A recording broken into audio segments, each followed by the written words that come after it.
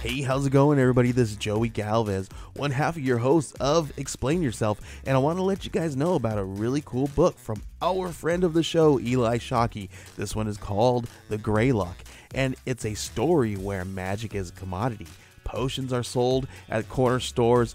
Orcs and dwarves earn a living in cubicles, not on the battlefields. But there are those who resist the house's magic's laws. Branded a criminal and forced to live as a wand for hire, there is a spell slinger they call the Greylock. Check this one out. You guys can pre-order issue 3 right now with code JAN241939, and make sure you guys are heading over to your favorite LCS and letting them know that you want Greylock number 3, and maybe pick up the first 2 issues. You could do that at the Scout web store. So make sure you guys are grabbing the Greylock number 3, JAN241939 at previewsworld.com. Okay, everybody. I have something really cool to tell you about. If you haven't heard yet about Anchor, it's the easiest way to make a podcast. Let me explain here. It's free. There are creation tools that allow you to record and edit your podcast right from your phone or computer. Anchor will distribute your podcast for you so it can be heard on Spotify, Apple Podcasts, Stitcher, and more. You can make money from your podcast with no minimum listenership. It's everything you need to make a podcast in one single place. Now, the way that you can do this is you got to download the free Anchor app or go to anchor.fm, and then you can get started. It's really fun. We just switched over recently here at All Too Real 2, and I'm enjoying it so far. So be sure to check it out and let us know what you think.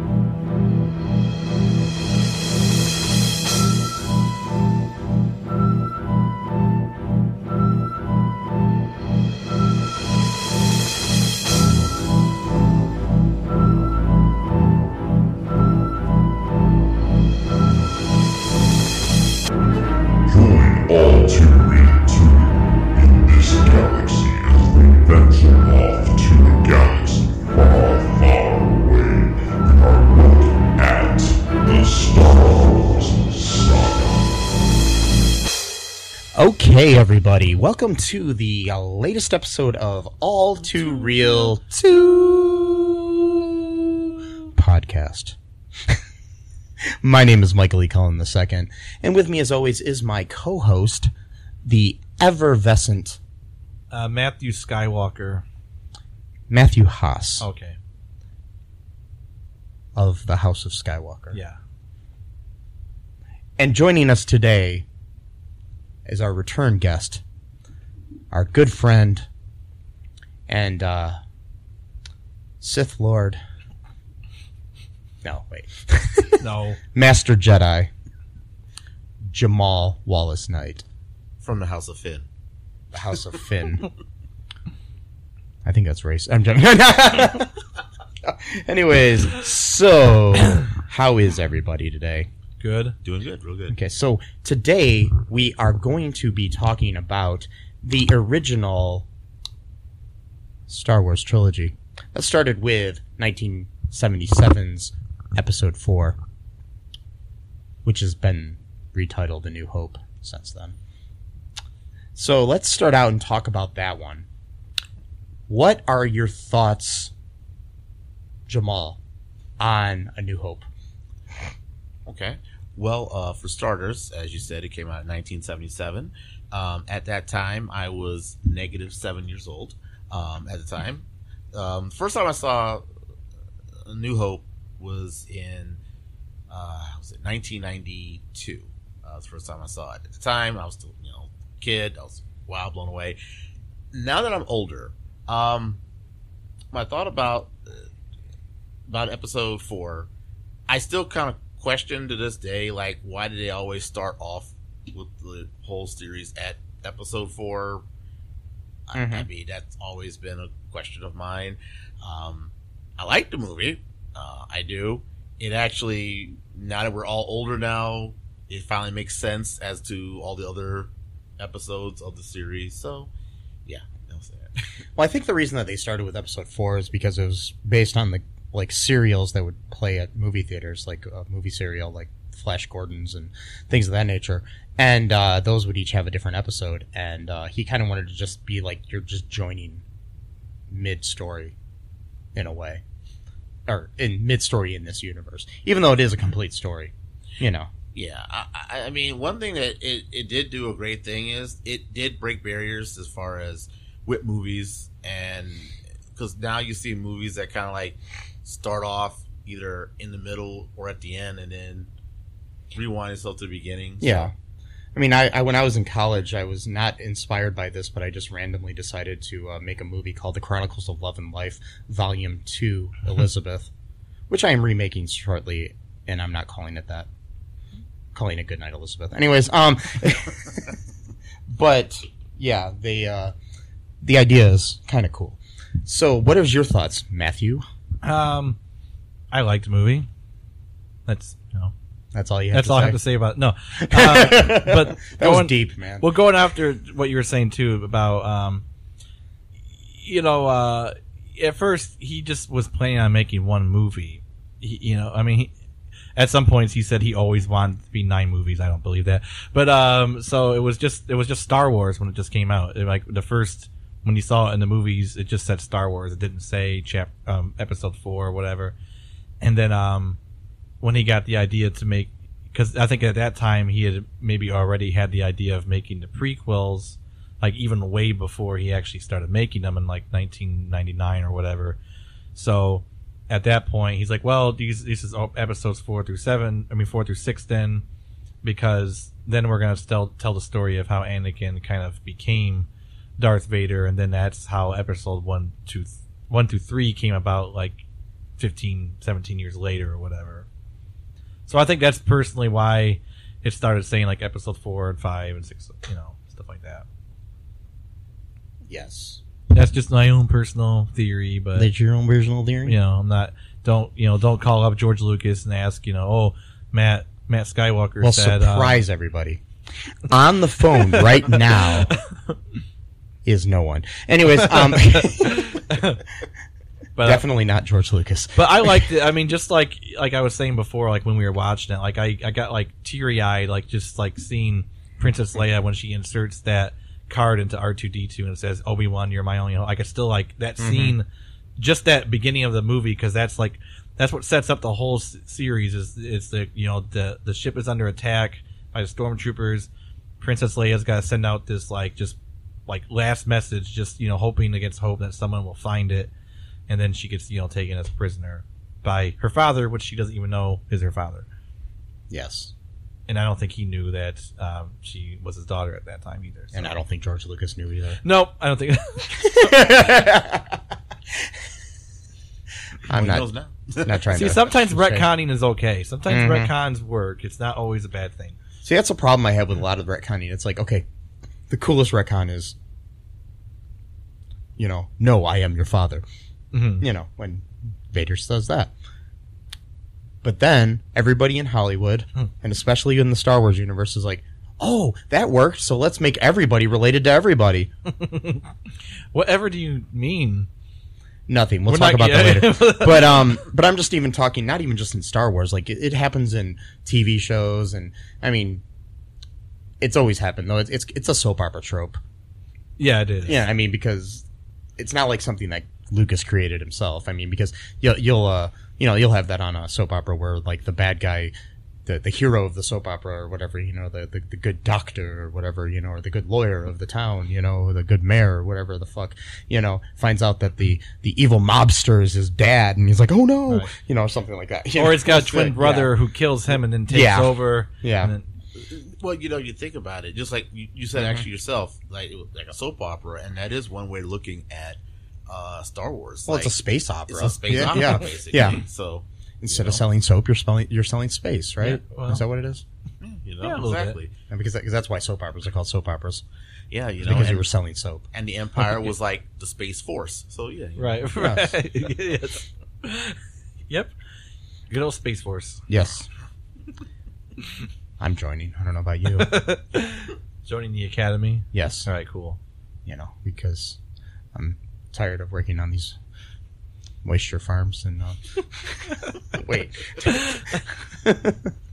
So yeah, I mean, my feeling is I think it's one of the most revolutionary and probably the most influential film in cinema history, after Citizen Kane, maybe, or maybe equal with it. Especially anything that came after 1977 in the science fiction genre or the action genre or anything was very much influenced by this film. That's my initial thoughts on it. And I mean, the special effects are just amazing in it. Not the new edited special edition special effects necessarily. Some of them are good, but, you know, but, I don't know. I don't like a lot of the, added bullshit. Or, you know, Wampa shit or something, whatever you want to call it. And anyways, Well, you know, and that's the thing.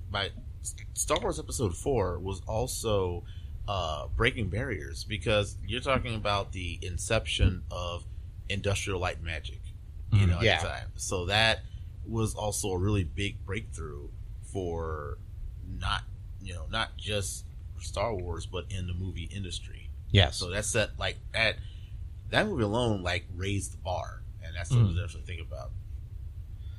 And I mean, the casting is perfect for the main characters too. I mean, if you look, I mean, Mark Hamill is just perfect as the naive, young, you know, I want to be a farmer, basically. Yeah. He's a farmer. He's a farm boy, yeah. And I mean, he's great. And then, you know, of course, Harrison Ford is just perfect in every way. Do you think, and this is a rhetorical, kind of a rhetorical question, do you think Tom Selleck is probably wondering what the hell is I thinking? Well, Tom Selleck wasn't really necessarily up for this. He was up for Indiana Jones. Oh, wow. Yeah, he was actually the original choice to be Indiana Jones. Oh. And had a contract issue with Magnum PI. The show was supposed to have been canceled, but then last minute they renewed it for another season. And so he had no choice but to walk away. Wow. At least that's what I believe the story is. But yeah, I don't know if he even auditioned for this. There was talks that he might have been up for it or offered it, but I don't know. I know a lot of other people, you know, like Bruce Boxleiter and I can't remember. It's like some other people auditioned for the role. I mean, he's on season 37 of Blue Bloods right now, so I think he's okay. He's doing all right. He's doing all right, you know. And he's still a good actor. He's good. He's Yeah. not hurting. No, I know he's not. I mean, And he's a really good guy, from what I hear too. So Yeah, I've heard. I heard he's really nice. Yeah, I heard. Yeah, because I'm Facebook friends with Gregory Jabara. If you're listening, Greg, I don't know if you would be. Anyways, probably not. But Gregory Jabara, who's his co-star on Blue Bloods, says he's one of the nicest guys in the world, and he would do anything for anybody. So that's cool. Yeah, but I mean, and then of course we have Carrie Fisher as Princess Leia, who is interesting. I mean, my only critique in here is it's just funny because she sometimes has a British accent in the first movie. I think I know exactly what you're talking about. The part where she goes, "I recognize your foul stench when I was brought on board." Is that part? Yeah, and it turned out later on in an interview, she was saying that she was so in awe of what's his name? Played Tarkin. Peter Cushing. Peter Cushing. Yeah, I just blanked on his name. I should know that. Anyways, she was so in awe of him that she basically started mimicking his voice. Oh, wow. In nervousness, and that's why she had a British accent there. I wonder how you took that. I don't know. I wonder. But that's kind of cool. And then you have Sir Alec Guinness as Obi-Wan Kenobi. He is the epitome of your old wizard guy. You know, he's your proto Gandalf. You know, he's your I can see that. Yeah, I mean, in movies that is, because Lord of the Rings was written before. Anyway, but we're not going. I think they know that. Yeah, maybe. I don't know. I like to think our audience is smart, but I don't know. Why am I whispering? Don't I insult have them. no idea why you're whispering right now. No, I'm just saying I like to think they are, and I believe they are. Oh, okay. I'm just saying sometimes I like to just share obvious facts like, hi, my name's Mike. Yeah. Or like, hey, we're talking about Star Wars, even though it's written in the freaking description of the episode. Right. But which I don't think anybody just stumbled on accidentally. You never know. Maybe they were bored one night. Who knows? It's When possible. on autoplay, yeah, could happen. Yeah, that I guess it could happen. Sometimes that happens. So yeah, but Obi-Wan Kenobi is, or Old Ben Kenobi Yeah. is a hermit with lots of mystery. Yeah, he lives by himself, way far from everyone else. He's a bachelor. No They big kind deal. of look after Luke, basically, from afar, kind of. So he's a stalker. No, he's more of like a guardian. He's a guardian, which is what he was. I mean, that was actually his actual title as a Jedi. He was a guardian Jedi because he had the blue lightsaber, and that's what that stands for. I'm kind of getting into weird Star Wars theory. Oh, that's here. fine. That's good. We are talking about But Star that's what the blue. Wars, so- That's what the blue sabers kind of mean. The guardian. So he was So the guardian of right Luke. now, Jamal's talking with a microphone with a blue Ooh. top to it. So is he a guardian? Yeah, but I got the red one. I don't want to be a Sith. I'm sorry. You Damn don't it. have one? I got the yellow one. Yeah, but well, That's what. That's mum is the word. Yeah. I don't give that away, right? yeah. Yellow is Interesting color. yes. So what was your favorite scene in A New Hope, Jamal? Ooh. Only one scene? Only. I mean, what? Okay. Well, I have several, but I will narrow it down to one for respective airtime. Thank you. The part I like was when Grand Moff talking and Darth Vader, when they were all having a meeting, and Vader started choking him, and he said, "I find your lack of faith disturbing." I love that. Yeah. What is your favorite scene, Okay. Matthew Skywalker. Or Matthew Can't be Huss? the same as mine. He's gonna call me by my real name because he likes to bring me back down to reality. Well, Jamal So I is tend to jump. Jamal is Jamal Wallace Jedi Knight. Okay. Oh, I like that. Okay, so my favorite scene is it's not even like significant in the movie. It's just one of my favorite lines ever in any movie. I don't know what it is. It gets emotionally gets to me because like C-3PO is like kind of like a human being. Like he's got emotions and stuff. And it's right after they escape, or they crash the ship and they're on the desert. And C-3PO says, I think we were just made to suffer. It's our lot in life. And like, for some reason, that line is so sad. Hearing like a nice little robot say that with his little friend wheeling about in the sand, it's like so cute, but at the same time, it's so like depressing. But it's like a good kind. It's sad is what it is. It's not depressing. It's sad because it's a sadness that kind of allows for emotions to come out, whereas depression's more of an inward thing. So it's more of like a cathartic kind of. I don't know what I'm saying. It was like a form of clinical depression. But so I to speak. but I like that scene a lot. I like that. I like I think my favorite part in the first film is actually when Luke rescues Leia, and she criticizes him for being a little short for a stormtrooper. Right. And then I like when he takes off his helmet. It's like, my name is Luke Skywalker, and I'm here to rescue you. It's like so optimistic and Right.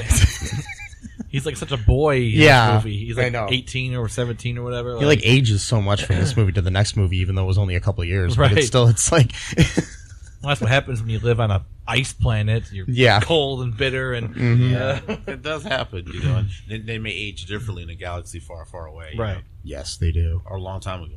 right. So is anything else you want to say about the first film?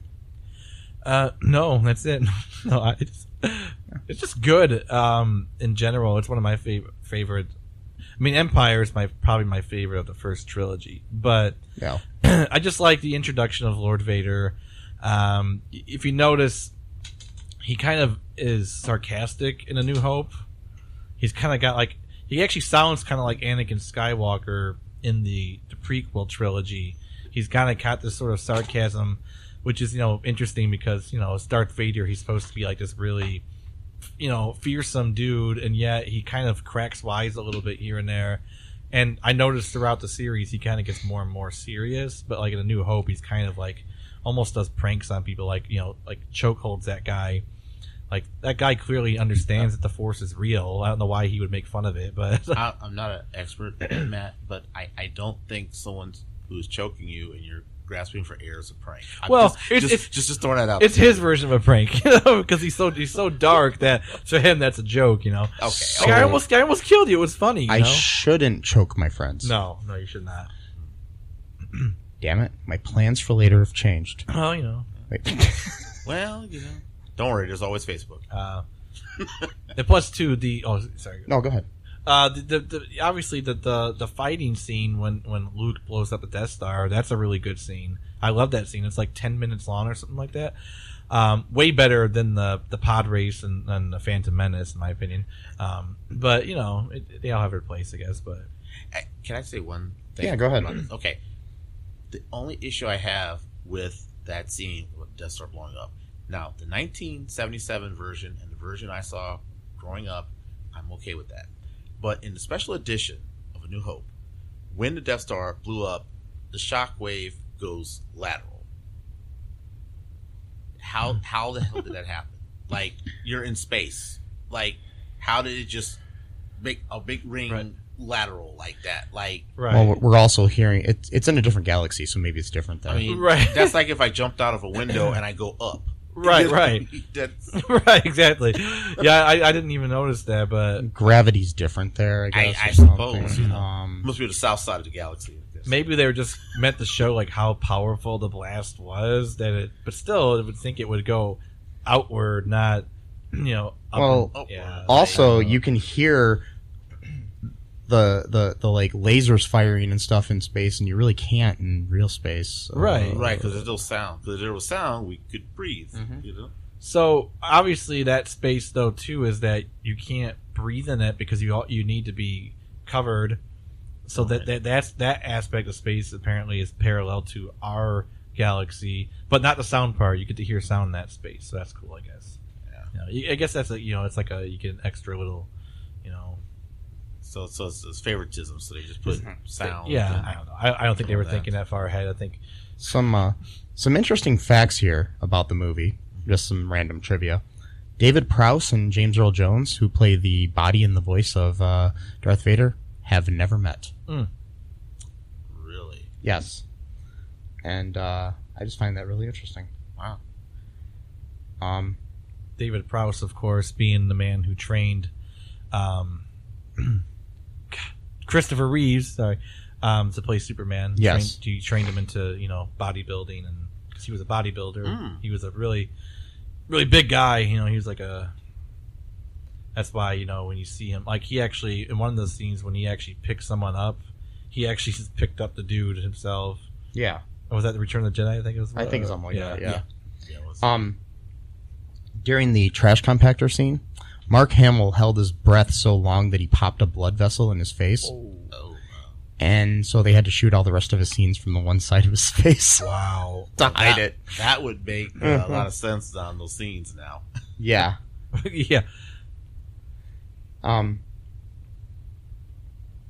According to Mark Hamill, studio executives were unhappy that Chewbacca had no clothes and attempted to have the costume redesigned with shorts. Oh my god. How do you put shorts on all that fur? I don't know. Why would you want to wear shorts if you're all furry? Right. It's like I never get it when people put clothes on their dogs. Well, I mean, it's cute, yeah. But your dog doesn't really fucking need it. Your dog doesn't need a coat. He does, though. No, he doesn't, damn it. I don't care what you say, Matthew. Your dog does not need a coat. I'm going to argue this till I die. A leather jacket, type of. Well, so you're putting cow skin on top of your dog's skin. No, I didn't say it was cow I think skin. what happened It said leather. Well, pleather. Well, to be fair, they would overheat because if they did wear the sweater or wear a coat, the dog would overheat. So he would be a hot dog. Yeah, he would. Yes, he would. That was a wiener, man. And my dog is female, so I'm not sure why I keep saying he. I don't know. Let's take a break, guys. Sure. We'll come back and we're going to talk about the second episode in this trilogy, The Empire Strikes Back. We'll be back as well. Hi, folks. This is Michael E. Cullen II from the podcast that you're listening to right now, along with Manager Matthew Haas. You got promoted? Yes. Damn it. Okay, anyways, folks, do you like the show Superstore? I don't know. I asked the folks and nobody's answering me. Because they're not here. Oh, but we love damn it. Yeah, we love it, though. Okay, folks, if you like it as much as we do, you're really going to like the Super Story podcast, which is a podcast where Matthew and I go episode by episode and give our little opinions and thoughts on it. Sometimes we have guests, sometimes we don't. Just depends on how we're feeling. Yeah. And, so if you like this podcast and like our little crazy banter, then you should definitely check this out. Or I might get sad. And when I get sad, it gets pretty sad. yeah, So I can't deal with him when he's sad. no one can really. So Yeah. So check out Super Story Podcast right here where you get this podcast, Super Story Podcast. A respectable minister takes charge and leads head on. Minister Dobble Trike may be the foremost politician of textiles. As a minister, I have the utmost sensitivity to these situations, and if anyone's sensibilities were harmed, I would have sensed it. But his petty ambitions will almost certainly lead us to unknown danger. How dare you, sir! Unknown danger has its potential for profit. It's exotic. You can hear Minister Trike and his antics in the radio comedy Magus Elgar. Visit MagusElgar.com to download your copy today. All Too Real 2 Strikes Back! whoa. Dun, dun, dun, Dun, dun, dun, dun,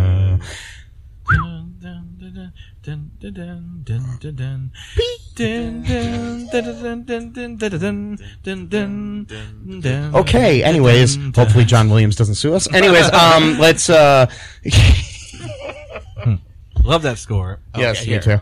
We do not own the rights to the song. There you go. So now we're saved. I don't know if that's how it works. It is.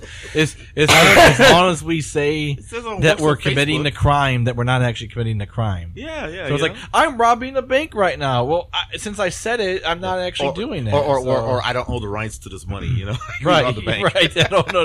Dude, I'm only doing this for public, whatever. It's Entertainment. I'm critiquing the money that I'm stealing By spending it at Yeah. different locations. This service works. Yes. Yes, money is good. It spends at the carryout down the street.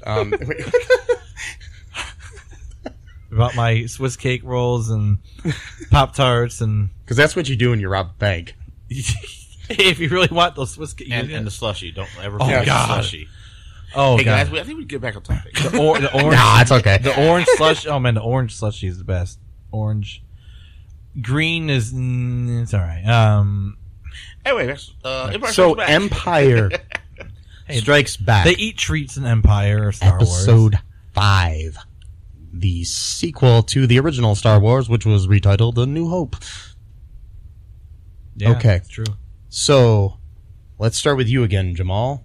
Okay. What are your thoughts, your initial thoughts and ideas and crazy things about this film? I got nothing. No, I'm playing. I'm playing. All right. Well, okay. Episode 5. One thing I like about episode 5 is that it was a little bit more faster pace, and I also noticed it seemed more darker in the sense of the tone, the story, the screen, the storyline was a little bit more darker.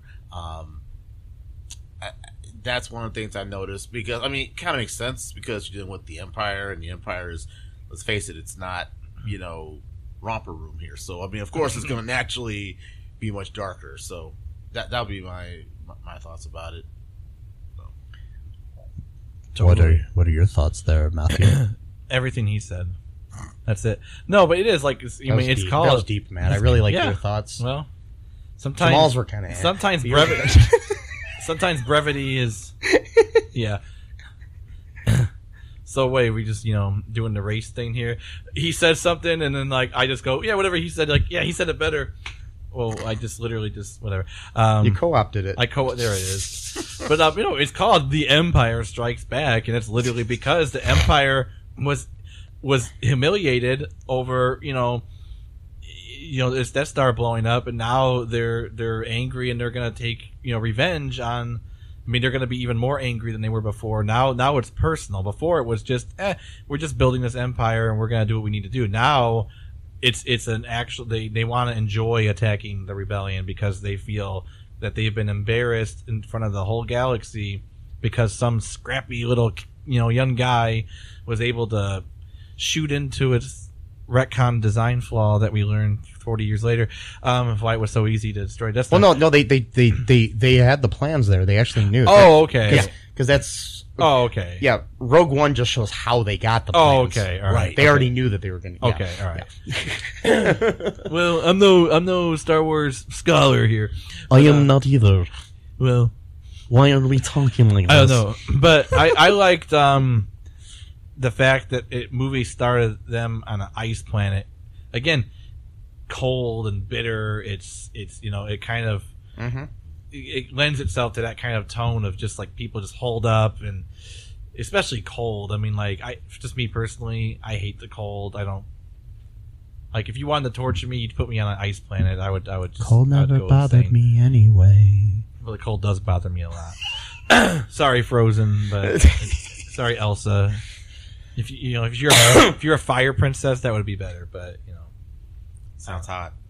It is. It is. God damn it. Hot dog. Anyways, he got me. So, my thoughts on this movie is I've never seen it. What? Really? I'm joking. Oh. No. What I would say right now is this was not going online. So, no, I've seen it millions of times. Maybe not that really. I'm exaggerating a little. Well, for effect, because if I saw it millions of times, I'd be dead. Anyways, it would be multiple generations, really. Yeah. So, I watched it again today, actually, and I really, really liked it a lot more today than I ever have. Because I see all these nuances in the movie. Like Matt was talking about the coldness of Hoth at the beginning and things like that, which I will tell you this, Irving Kershner is the best person to ever direct a Star Wars film. Because this film is the best directed film ever. Yeah. Of this series, not ever of all time, because there's a lot of movies better than this. Anyways, I agree with that. Yeah. It is it's such a flawless sequel. It's like the best direct sequel to a movie ever made, in my opinion. Maybe Godfather 2. But we'll see. Or Bigger, Fatter, Liar. But, Yep. Wait a minute. Wait. You know what? It's y'all show. Okay, I'll just say that. Okay. And a third, close second to that is, of course, Kindergarten Cop 2. Yeah. So, let us not forget Tooth Fairy 2. Yep. With Dan fucking Whitney. Anyways, the last time I did a podcast with y'all brought this. Yes, I didn't do it this time. He did, but yes, we that's the only thing that would have made Empire better is if Dan fucking Whitney was in it. Yes. Mm-hmm.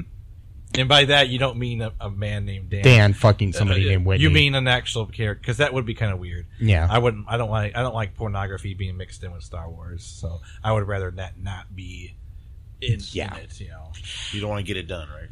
No, not when it comes to Star Wars. No, get her done. Anyways, damn it. Takes some Prilosec. Anyways,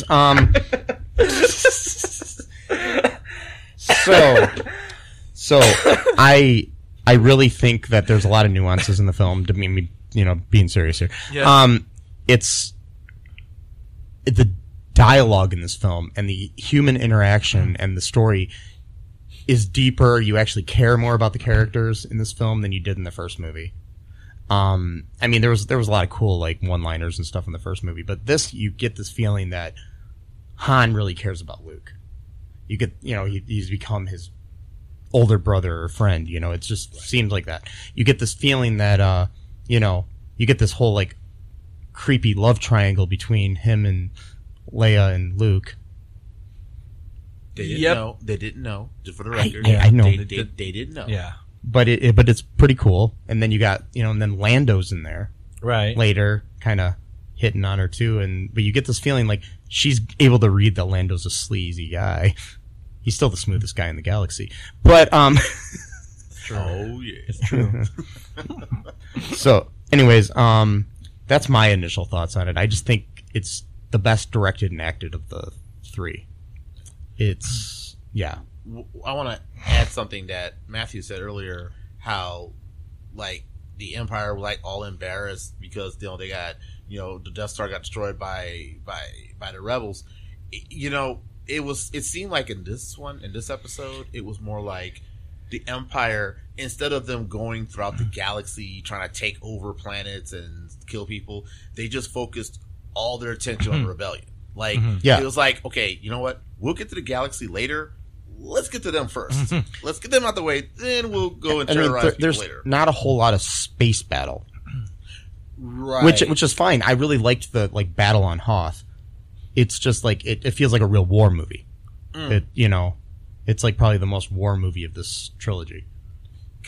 Honestly, now this is just my personal thought. When the battle, like when we were fighting on Hoth, it seemed like how the Battle of the Bulge was. When they were stuck out there and they were fighting out in the cold. It was like in the middle of December when they were doing that. Yeah. So next thing is, what's your favorite scene in this film, Jamal? Okay, and I can tell you right away. My favorite scene is when Han Solo was guiding through the asteroid belt, and he was trying to get away from the TIE fighters, and he was like cruising through the asteroid belt and things like that. Yes, I thought that scene was cool. I love that. And then he got swallowed by that. Well, not swallowed. He flew into it. He flew into it, but he did not get digested. So it was kind of like having something underneath your tongue. Something like that. Oh, you can still swallow something and not digest it because then you can vomit it up. Well, yeah, I guess. Okay. It's like kind of a academic, I suffer from acid reflux, so I know how this happens. So, and that's the Astroprilosec. And see, I'm telling you, Dan fucking Whitney. I was about to say that. I'm sorry.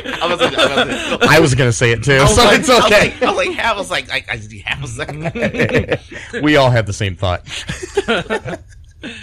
Okay, Zantac. There you go. Yes. Zantac 75. I take that too. Anyways, be careful though, because apparently. Oh no, I don't take that anymore. That could be carcinogens in those. So. Oh, I changed that. I forgot. I don't take that anymore. They changed me. Good. To some other. Good. I think it's I don't know what the heck it is. It's like some other one of those fucking. It's Prilosec. No, I do take that. I take the omeprazole. 3-wheeler. I'm gonna eat my corn dog with donuts on it. Yeah, eat whatever I want. So. Okay. I just wanted to say for the record, I'm not in no way trying to veer off subject, but about Dan Whitney. Look, all I'm just gonna say is he's not a bad guy. He has a master's degree, or bachelor's or something like that, I believe. Doesn't make him not a bad guy just because he has a college degree, though. I was going to say, I know plenty of people with master's degrees that are evil fuckers. Do you mean like he's saying he's smart or something? Like he is really smart. No, he is. He's a character. That's his character. That's the issue I have with him. He plays this is the fact that he is not Larry the Cable Guy. Right. He's trying to cater to these people, this blue collar comedy people that do not deserve him. Okay. But, in fairness, now we all work in show business. We all do. So, hey, it helps pay the bills, I mean, it does. He's a millionaire. I mean, he's got his money. Mm-hmm. Like I said, he's the Kid Rock of comedy. Anyways, And I swore, listen, and I even swore to myself, I don't want to talk about Dan Whitney here because last time you seemed a little bit offended, and I was like, let's not talk about Dan Whitney. But then he brings it up, and I'm like, oh well, now I gotta join in. I'm not offended. Tooth Fairy 2. I'm not offended. I just love how it just gets fitted into a sentence. It's because that's funny. You don't understand. When we saw Tooth Fairy 2, it was the god awful. If you even listen to that podcast, you can hear my voice is seething with anger. Don't worry, folks. We're still talking about Star Wars. Yeah, we are. Okay. And like what I'm saying is like. I was stuttering, I was sputtering, I was accidentally spitting my words out because of how much I hated Tooth Fairy 2. I mean, it like made my blood boil. Oh Lord, good Lord! And I'm pretty sure it was Tooth Fairy 2 and not Jingle All the Way 2, which wasn't as bad as Tooth Fairy 2. And I'm gonna assume Dan Whitney he was in Jingle All the Way 2. Yes, he was. Mm-hmm. And it had some of the same actors from Tooth Fairy 2, and I think some of the same set from Tooth Fairy 2.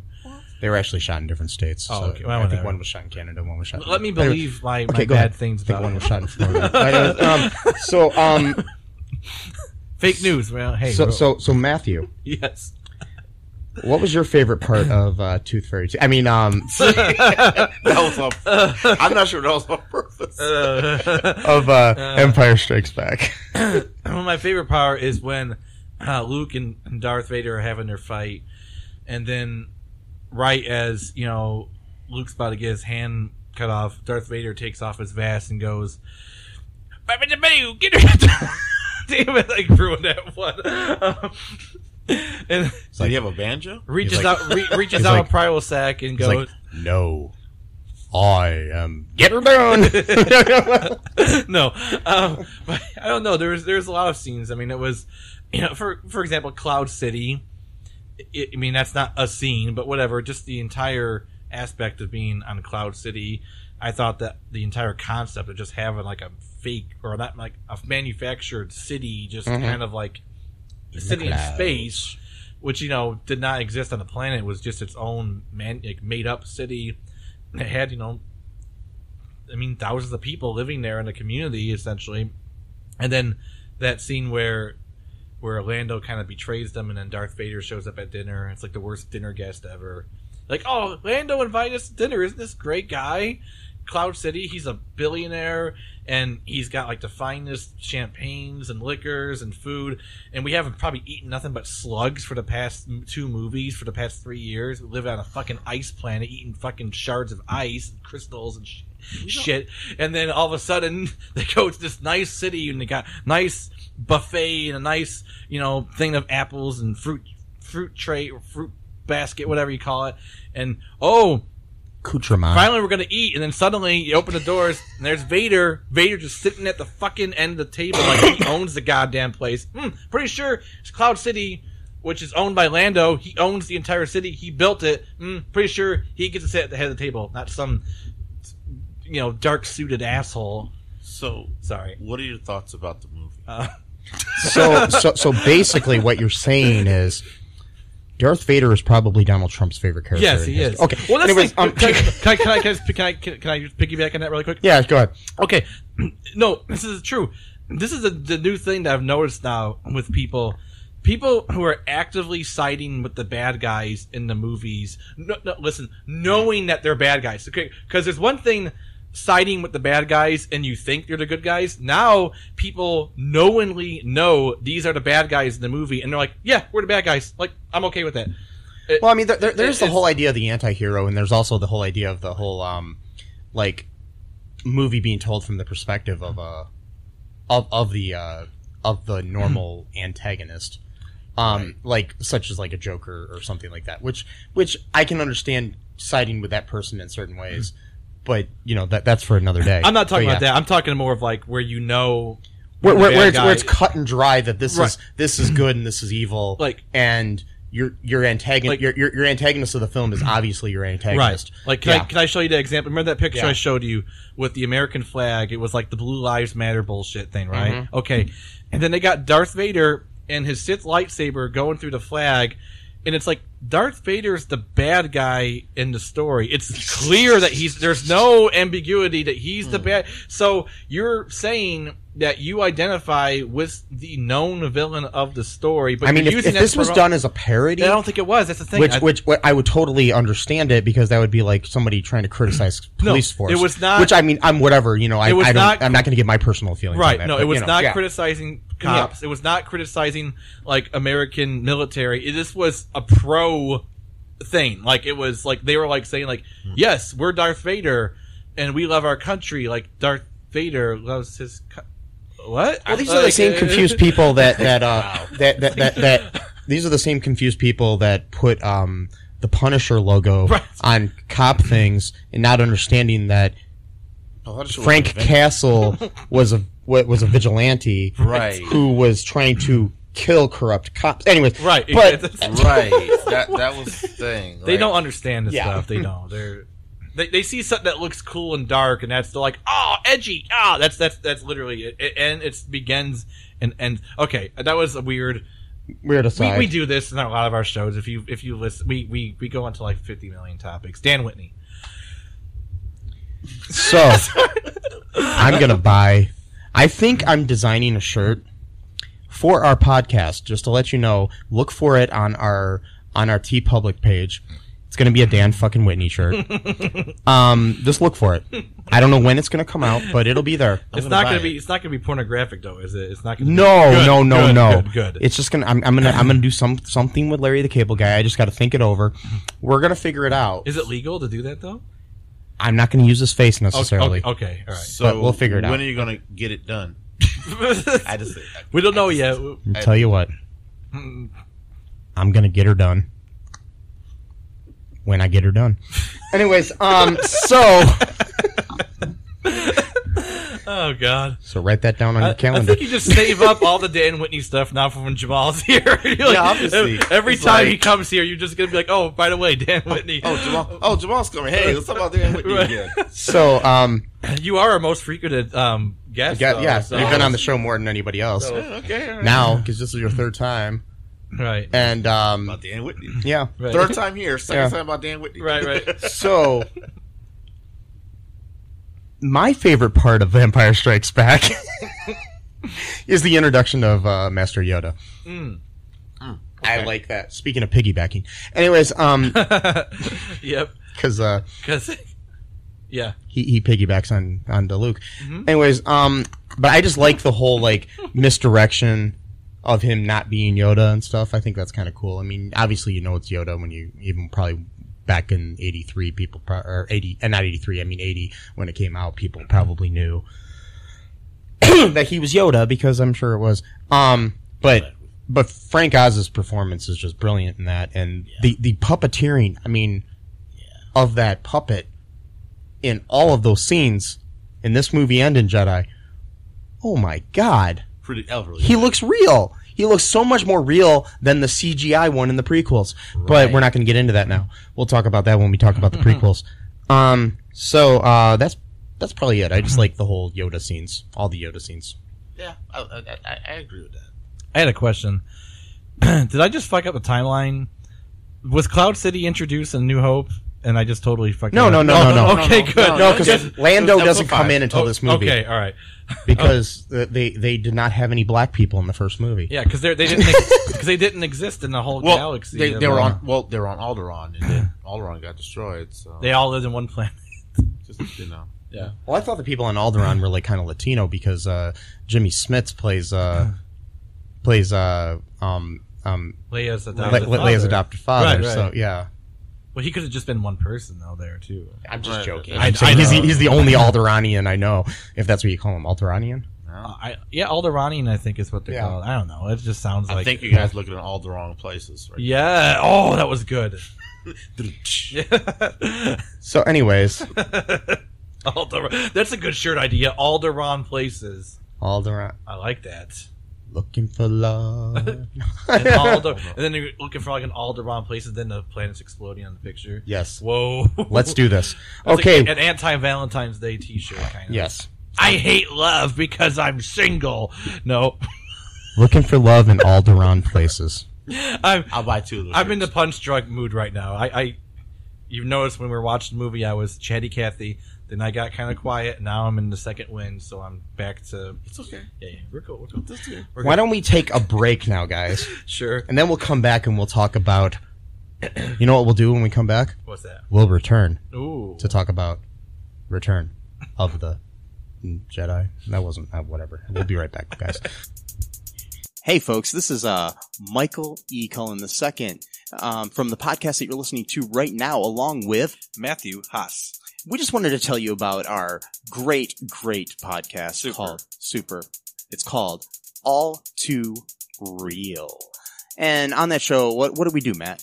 We watch biopics, and then we talk about whether or not the movie matched up with the real story or not. So It was a lot more exciting than that, though. Yeah, so we analyze the real story and the real story. Get it? Get it? Real. You know? Yeah, they're spelled differently, folks. You can guess which one I said which way. Uh-huh. Anyways, so sometimes we have a guest, sometimes we don't. But we talk about great movies like Shattered Glass and The Social Network and Futile and Stupid Gesture, among others. Those are some of the ones that we've covered so far, and we're going to cover a lot more. So please subscribe on Stitcher, Apple Podcasts, Google Podcasts, wherever you find your great, fun podcasts. And be sure to share it with your friends. Do it. Do it. Do it. And make sure you're not afraid to get all too real. Bye-bye. And we have returned to the Jedi. Oh, wait, no. Mm-hmm. Actually, we returned back to the show. What we did. Oh, Yeah. we're talking about Return of the Jedi. Yeah. I'm so fucking confused. This is All Too Real 2. Yeah. Right. So. Return of the Jedi is the movie we're talking Yeah. about. More like Return of the Oh, excuse me. All Yeah. Too Real. Yeah, well. It's not Return of the Mac. No. Good song, though. That's a good song. It's a good song. They played that in Legends. Yes. Yeah. And it always makes me think of my friend Charlie Mack. But anyways. So. Just a little aside. Yeah. Okay, so, let's talk about Return of the Jedi, guys. Sure. What is your, I think I'm losing my voice here. What is your favorite, not favorite, no, what is your initial thoughts of the movie there, Jamal Wallace Jedi Knight? Well, okay. So, Return to Jedi for me, it seemed like the tone was a lot more like went down a couple notches. It kind of had that feeling that things were kind of like coming to an end per se. Like you could just see that, Vader had already reached his prime. It showed that he was kind of like winding down, kind of like after you get past your midlife crisis, you kind of start, winding down in age and stuff like that. Like, that's what it's kind of seemed like. That's it. It had more of a story. It had action in it, and so it kind of like, I would say Return of the Jedi was more dialogue in it, and it had the dialogue was in it, and more of a somber tone to it. So yeah. Your initial thoughts there, Matthew? I don't know what you're talking about. I'm going through my midlife crisis, and I just bought a Ferrari and a bunch of credit cards, and I'm, having the time of my life. So, you're gonna tattoo in a couple weeks, so I guess technically it's the same. I mean, I got a Maserati. Oh, really? Yeah. That's And cool. I've been spending all the rest of my money on Coke and hookers. Well, okay. And by Coke, you mean like Coca-Cola? Yeah, and But and you by, like Pepsi more than... Yeah, and by hookers I mean like these things that you can hang up like pictures with. I call them hookers. Oh, Well, that's not too bad. Yeah. okay. And by Maserati I mean I don't have a car. So basically, you Where's a Mazda? And by Coke I do mean Pepsi. you're just basically So just buying soda and things to hook your pictures up to. Okay, got it. Yes. That's not too bad. Yeah. What were y'all thinking, man? Y'all you were so nasty. I know. Okay. My initial thoughts of Return of the Jedi is, it's pretty much, I agree with Jamal. It's like, it is kind of lighter in tone from the kind of darkness of Empire. Kind of does remind me of A New Hope a little bit because there's more jokes. There's kind of like a jokiness to it. The Empire has been kind of embarrassed twice. I mean, they did kind of ascend a little bit at the end of the Empire, but they still are losing to a bunch of just rebels that don't really have any military training for the most part. Like official military, like they're just being trained by militias essentially. They're not, going to like the academy. What's that? It's guerrilla It warfare. is guerrilla warfare. That's another good T-shirt. Actually, it's guerrilla warfare. It's the guerrilla fighting. It's actually Yes. Ewok warfare. Ewok. Yeah, the Ewok warfare. Yeah, that's the other thing too. The Ewoks, they're supposed to be kind of like quote unquote the primitives of whatever, and they're giving it to the stormtroopers who have gone through training for decades, even probably, and they're sitting there just shooting arrows and throwing rocks at them, and they can't do anything about it. They're like and getting caught up in nets. Well, it's very and shit metaphoric. like that. Well, it is, yeah. Which again is interesting because. Back in the day, I know I always got to bring politics and everything, but like back in the day when the bad guys identified with the bad guys but thought they were the good guys, now they just identify with the bad guys. But back then they're like, yeah, these natives, they're beating the stormtroopers, woo! And then in this next breath they're like, yeah, we gotta go attack this country. Wait. Aren't you the Empire? Okay, but whatever. Well, I mean, the thing is, when Lucas created the series, he never, shortly after the Vietnam War, he never denied the fact, and he actually even said it. The Empire, most people, a lot of the allegories and stuff are for the Nazis and stuff like that, but.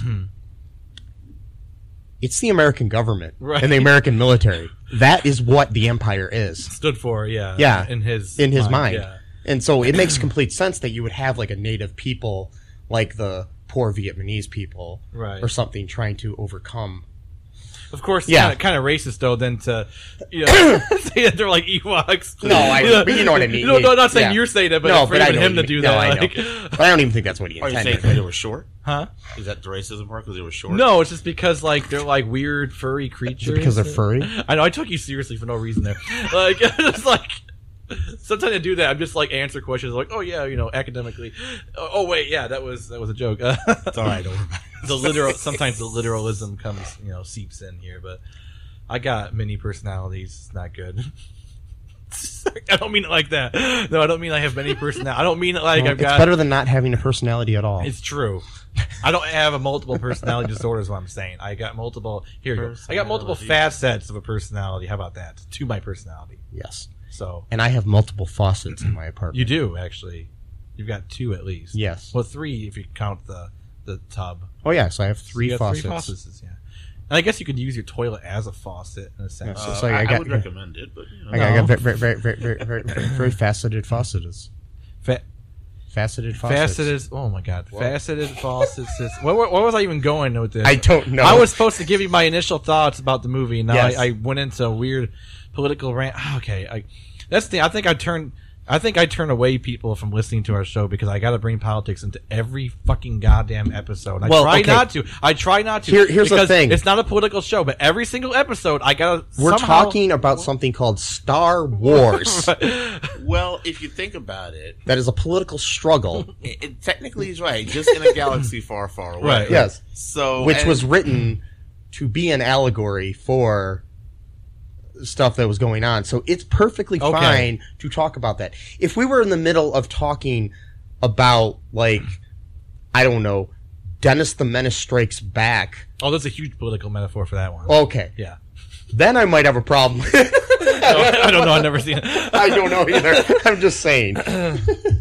But anyways, again, I just mean, because, we don't know who listens to our show. We might have conservatives here, and I don't make no qualms that I oppose the ideology. I don't even hide that. So again, it's like, they might not want to be hearing me constantly every single fucking episode, but essentially bashing their beliefs. Well, I mean, they have a choice. It's they do either have your politics or Dan fucking Whitney. Yes.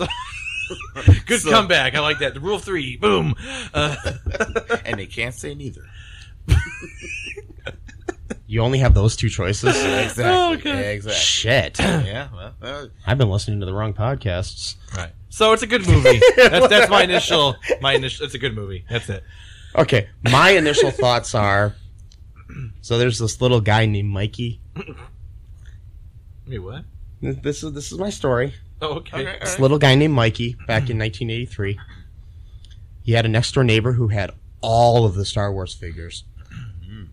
She was like a year older than me. She was so cute. Her and her family invited me to go see Return of the Jedi with them. Oh, nice. On opening day. Nice. And so Mikey went. And this is my favorite Star Wars movie because of that. Nice. Because of your experience. Yeah. Yes. Okay. But Empire's a better movie. Anyways, so I think everybody would agree with you on that, honestly. So yeah. But so my thing is, I love this movie. I love the Ewoks. I love everything everybody hates about this movie. Same thing for The Last Jedi. No. Yeah, exactly. Yes, exactly. Well, I do like the things they stole from Return of the Jedi and put in. No, Last Jedi I do love. I thought you were talking about Rise of Skywalker. No. Sorry, I'm mixing movies up. So, but anyways, I love this movie. I love everything about it. I don't like a lot of the changes they made to it. I miss the Ewok song at the end of the movie that they decided to get rid of and replace with another song. I miss the original singing in Jabba's palace.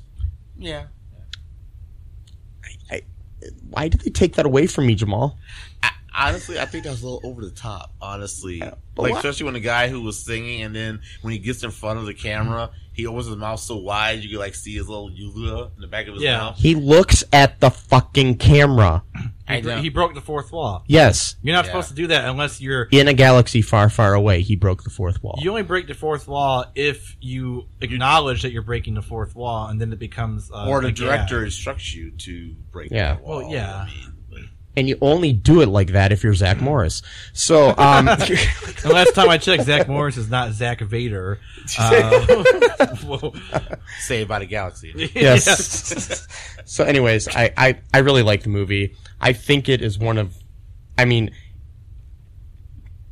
the performances are great because everybody's so in their roles and they know, you can tell that they're having fun in the movie. That's what I like about it a lot. It is a lot more fun than Empire.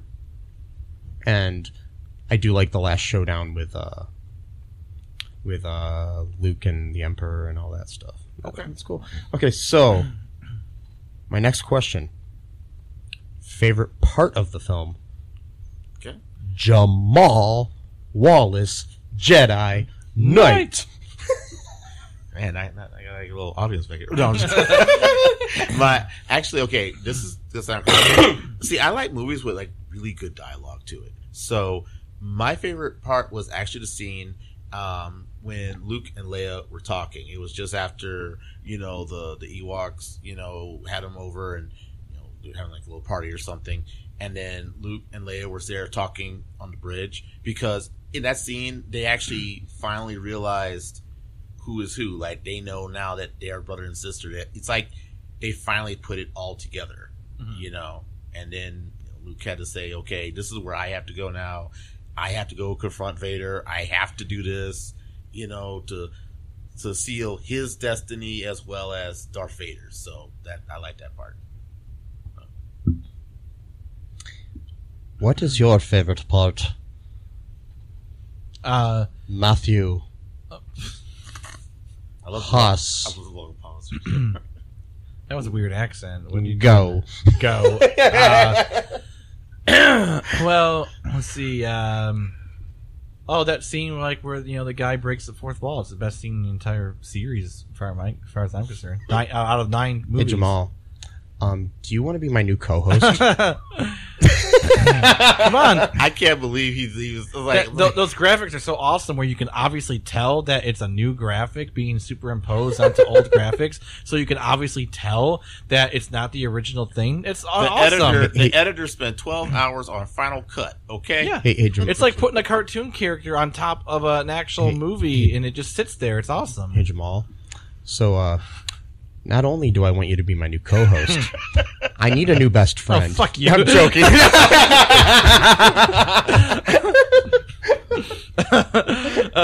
No, what's your real favorite scene? I don't know. There's so many. To be fair, we'll say you have 2 parts. How I about got that? 2 parts. I mean, I guess I like the end with, Vader saves Luke, of course. That's an easy one. But, I guess just the lightsaber fight is good, like I was saying when we were watching it. And it's a lot, it's to borrow a phrase from Pierce Hawthorne's character and Community. The lightsaber duel was streets ahead than it was, of A New Hope.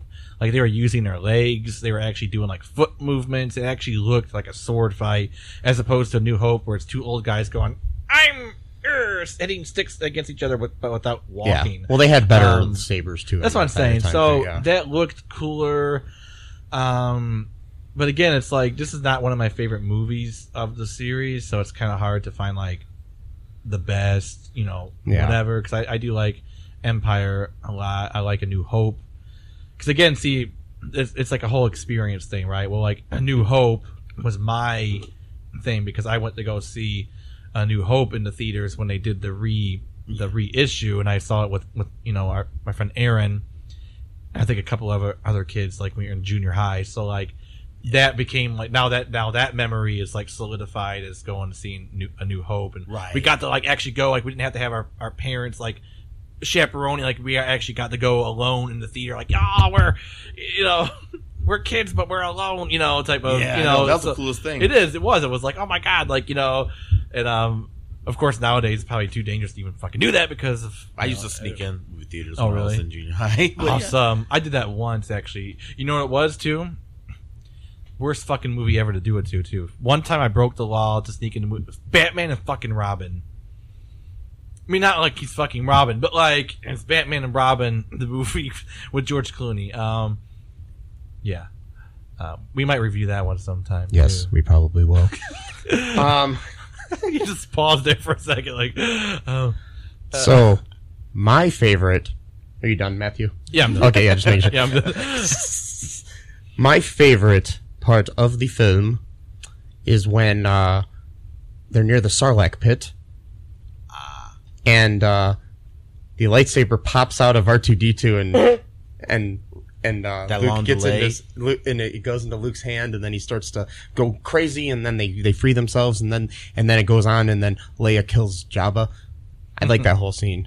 That's pretty cool. Boba Fett falls into the Sarlacc pit and all that stuff and everything, and they're all saving each other, and that's just exciting. Gets me all happy. And this too, because it's the camaraderie. They're all saving each other. They're like team. They're like a trio almost. They're like Leia literally fucking chokes the life out of Jabba just by pulling on that chain. And you have Han and Lando saving each other. That's really cool. Right. They're buddies from before. And, which we find out in Solo. Right. When, speaking of Streets Ahead, Donald Glover from Community plays a young Lando. Yeah. Childish Gambino. Yes. Childish Gambino. He's a great actor, writer, he's musician. Really talented. I mean, it's like, he's a good-looking dude. He is a good-looking dude. I mean, he's got a lot of. He's another fucking Terry Crews. He's like a rare gem among.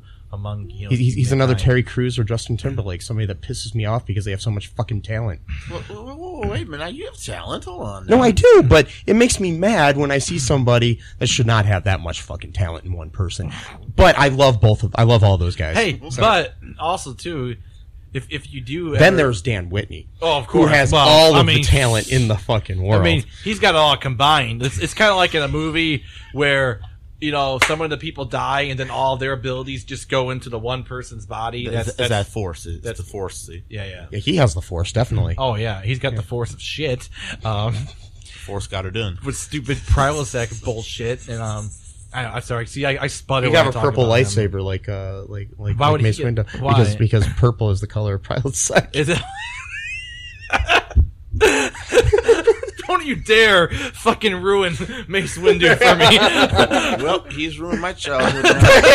God damn it. My childhood is now ruined for Mace Windu. Oh man. Boy. See, that's the whole character I'd love to talk about. How the Mace Windu, how he came about. Right? So, like, when George Lucas was first writing, like, the very first drafts of Star Wars, he didn't even have it. It wasn't even called Star Wars. It was like, it had like this really weird long name. And one of the first characters that he actually had as like the idea of like the main, like, kind of like the Luke Skywalker. His name was Mace Windu. And then later on, for the prequels, he's got a character named Mace Windu, who is not the main character, but like and one of the kids in the Ewok Adventures, right? First name is Mace. Oh, okay. Well, so he's had this name for a while, the Mace Windu or Mace Windu.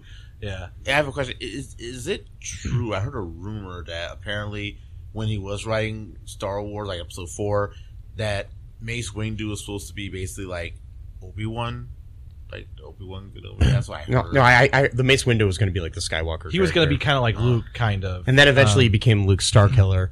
And then... right, Starkiller, yeah. Which they ended up using in Force Awakens as the name of the base. Right, okay. Near the base. Starkiller base. Didn't they also do Anakin Starkiller at one point, too?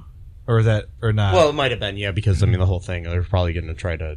You know, the whole family was supposed to be Starkiller. But anyway, it was interesting that like we could have lived like an alternate timeline, like with the whole infinite universe thing. We could have had a movie called like the Book of Glyph or whatever it was called, starring Mace Windu as the main character instead of Star Wars. I don't think it would have sold as many tickets with that name. Yeah, it was a weird name. It was like the Book of Myrrh or something like that. Like nothing that you would really like think is great. So, final question here. Favorite movie of the trilogy? Go, Jamal. The Empire Strikes Back. Woo! Favorite movie of the trilogy? Go, Matt. The Star Wars Holiday Special. Life Day, my favorite holiday. I actually celebrate Life Day now instead of Christmas. I just go, and I'm not doing Christmas this year. I'm doing Life Day. Chewbacca is going to be at the manger. If you remove him, I'm going to remove. Is Lumpy going to be there? I'm going to remove your head from your body if you remove. Is this Chewbacca. Is this like Festivus? Is that what... No, it's Life Day. That's the holiday of the Wookiees. No, what were we going to ask? What is your favorite movie of the trilogy? No, before that, I mean, you were going to say something. Well, I just said, is Lumpy going to be there too? Who's Lumpy? I don't know who Lumpy You've obviously not seen the holiday special. I have seen. No, I haven't. I've seen. Lumpy is one of Chewbacca's relatives. I've seen 10 minutes of it, and I've seen a review of it. Because I can't get past that fucking music video bullshit. I don't understand how the stormtroopers they're trying to kidnap Chewbacca or arrest him or whatever, and then the little kid's like, oh, check out this music video thing with this little hologram bullshit, and then the stormtroopers are just like, oh, watch it. Like, who does that? Like I imagine that this hologram is kind of like the equivalent of a TV, so it's nothing that's like special that you haven't seen before. So it's like the equivalent of like the cops are coming to arrest me, and then my non-existent son that doesn't really exist in real life, and just for the argument's sake, he's like, oh, check out MTV, and then the cops are just watching the MTV fucking music video as everyone else is escaping the goddamn house. What kind of idiots are these guys? Anyways, so they're programmed stormtroopers. What was the question again? Sorry, Jamal. These are programmed stormtroopers. You know that, right? Yeah. Oh, well, no, they're real people. I don't know. Whatever. What is your favorite movie in the trilogy? Oh, the trilogy. I think I'm kind of scared to ask now. It's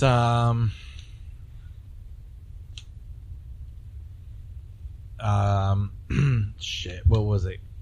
That's not one of the movies. No, it's not shit. God damn it. Okay, you got 1 through 9.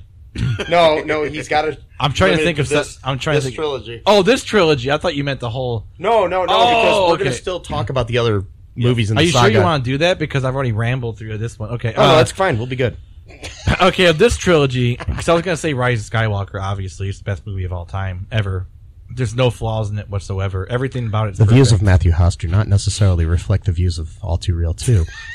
Nor do they reveal the views of Matthew Haas. But, but the favorite of this trilogy, 4 through 6, I'm still going with Life Day. I mean, Holiday Special.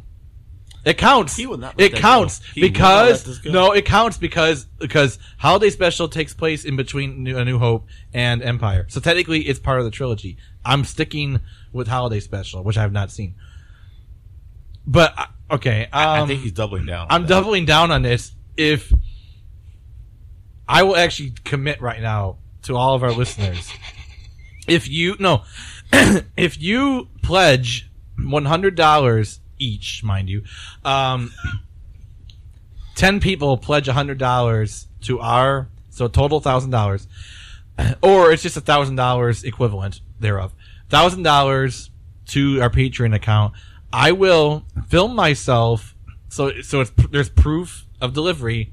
I will film myself watching the holiday special for 16 hours straight. I will not take a break, except for like maybe a bathroom thing. But like, you know, and I'll eat while watching it. So I'll eat all my you meals. live stream yourself watching? I'll record or live stream. Okay. Either or. So if we fuck it, if we just do $500. All right, we'll go to 500. 500, he'll do it for 8 hours. 1,000, he'll do it for 16. No, I'll still do it for 16 Oh, okay. hours. I'll still do it for 16 hours for $500. And the equivalent doesn't have to be, you know, $100 each person. Just the equivalent thereof, $500. I'm gonna watch this live. American dollars, mind you. We're not doing like, you know, They'll convert different, it, you know, Russian currency or any, you know, any kind of Trump stuff like that. We're doing,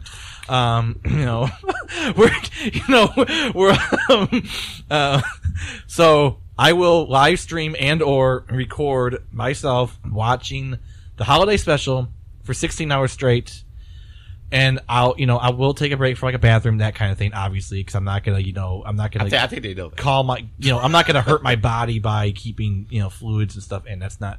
We are not strapping him to the chair with his eyes open, you know, Clockwork Orange style here. But, and for an extra $200, making it $700, I will not only watch the holiday special, I will go on a record going to every single fan Comic-Con.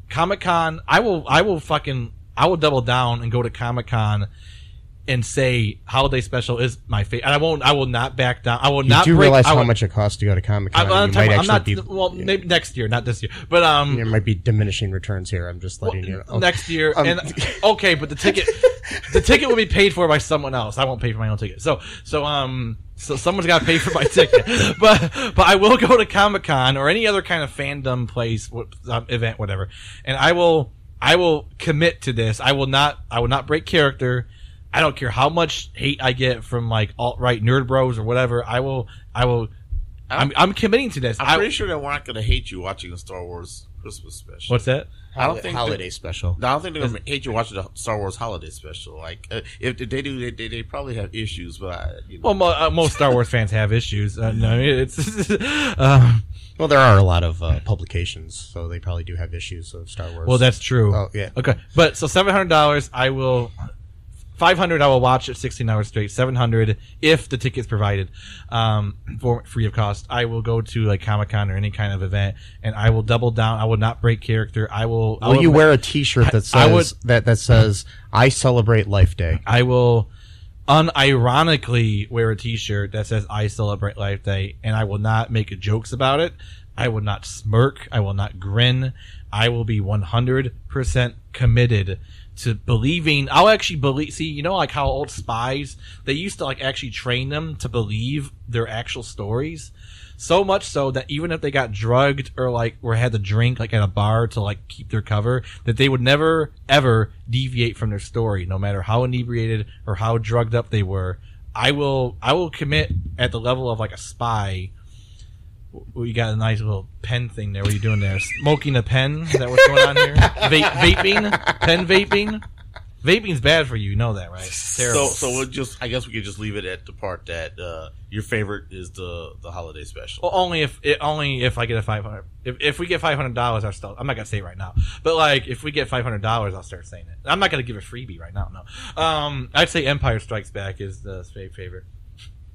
Oh, okay. All right. We Return of the Jedi. Well, yeah, you already said that. You know, yeah, that was your favorite experience. That's it. Well, yeah, I mean, it makes sense. It's my favorite Star Wars movie. Period. So. Didn't I already say New Hope was my favorite? Whatever. Who cares? But I will tell you that Empire is really good too. Mm-hmm. But Return of the Jedi. Yeah. Fair enough. So. Everyone, get on board here. I will live stream. I'm fine with you giving us money in any way whatsoever, people. You can check out our Patreon. There's a link in the show notes. You can also, buy T-shirts at our TeePublic. There'll be links in the show notes.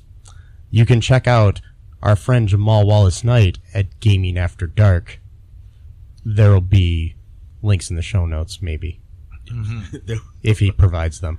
And mixer.com/gaming after dark. Live stream every Saturday between 10 and 10:30 Eastern Time. That is Eastern Standard Time. That is the time on the East Coast of the United States. PM. PM. That is PM, not AM. Right. And I love Return of the Jedi. And I love, I love Lamp. Okay, it's an interesting little reference there. Yes. Burgundy, Ron Burgundy. Yeah. Anyways, so I'm like, so my are you just pointing at things and just saying that you loved them? any final thoughts before we close this bad boy out? Who are you talking about? Any of you? You have any? You have any, Jamal? I guess final thoughts is I just like the originals 4, 5, and 6. So yeah, that's awesome. My final thoughts is I just love Star Wars in general. It's always been a part of my life. General Leia, yeah. I still call her General / Princess Leia. I can't give up the princess part. No, I know that some people, they give people general titles in the Star Wars movies really easily. Right. I'm just saying that. I know people were trying to do general to make it like to kind of get away, like, oh, she's a princess. I'm like, for one thing, I don't see her being the princess as being like negative or no, she's a Disney princess. Somehow takes away from her like her badassery, if that's even a word or whatever. Like she could still be a princess and kick ass and be a good general. Anyway, so but yeah, I love the books. I've been reading some of the books like the Dawn of the Jedi, the Lost Tribes of the Sith.